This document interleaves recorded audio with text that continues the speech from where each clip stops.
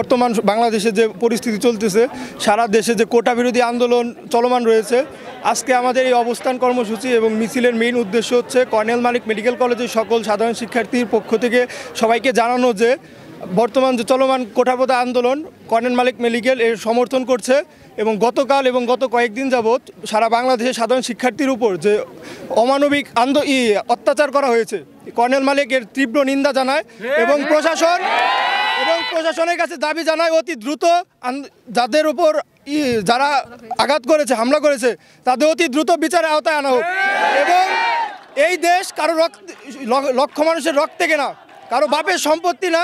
আমরা চাই এদেশে সঠিকভাবে সব কিছু বজায় থাকুক। এদেশে কোনো কোটা প্রথার প্রয়োজন আছে, সেটা অবশ্যই মিনিমাইজ করা দরকার, কিন্তু এইভাবে অবৈধভাবে কোটা প্রথার মাধ্যমে মেধার যে অবমূল্যায়ন করা হচ্ছে, এটার সম্পূর্ণ আমরা বিপক্ষে অবস্থান করছি। কর্নেল মালিক মেডিকেল কলেজ সবসময় অন্যায়ের বিরুদ্ধে ছিল, আছে এবং ভবিষ্যতেও থাকবে। কর্নেল মালিক মেডিকেল কলেজ সবসময় যৌক্তিক দাবির সাথে সমর্থন করে আসছে।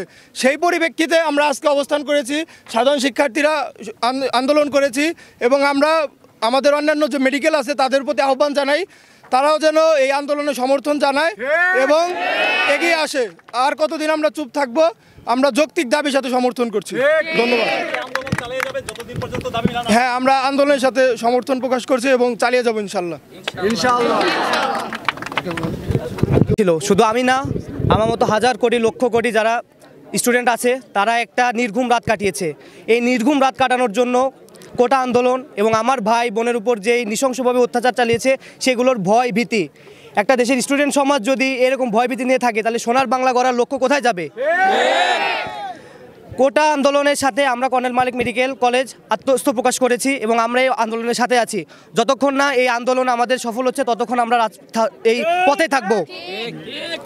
এবং আমি প্রশাসনের কাছে এই অনুরোধ জানাতে চাচ্ছি, যারা আমাদের ছাত্র সমাজের উপর, আমার বোনদের উপর হাত তুলেছেন, নৃশংসভাবে তাদেরকে অত্যাচার করেছেন, তাদের বিরুদ্ধে সঠিক দায়িত্ব নেওয়ার জন্য আশা করছি আমাদের সাংবাদিক ভাইয়েরা এবং যত গণমাধ্যম আছেন সবাই আসবেন, আমাদের সাথে আত্মস্থ প্রকাশ করবেন এবং আমাদেরকে সাপোর্ট করবেন।